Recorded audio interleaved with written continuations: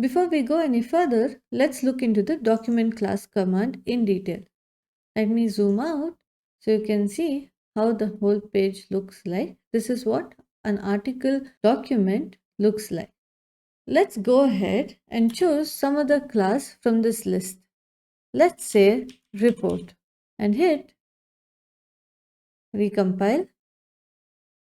The way our output PDF looks now is completely different. We didn't make any changes to the content, nothing. We just changed our document class type. We changed it into a report.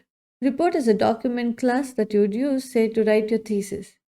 You have a title page, an abstract page, and then the rest of your document starts from its page of its own. Let's go ahead and change this to book. Compile. As the name suggests, you would use it for books.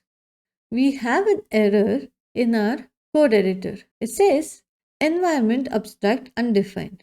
Remember, the first thing the document class affects is appearance, and the second is the command that is available to us. Because an abstract does not make sense in a book, the abstract command is removed. The commands that are available to us are logically tied to the document class that we have selected. Let's revert this to article again. Compile. And the document goes back to how it looked before. These are some of the commonly used document classes.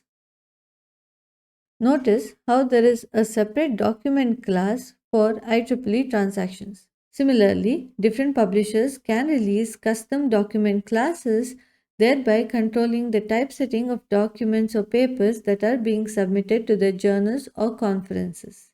You can head out to ctan.org and then go to Browse, Topics. Here, if you just look for class, you will find all the document classes that are available. For comprehensive list of document classes, you can head out to CTAN website and have a look at it.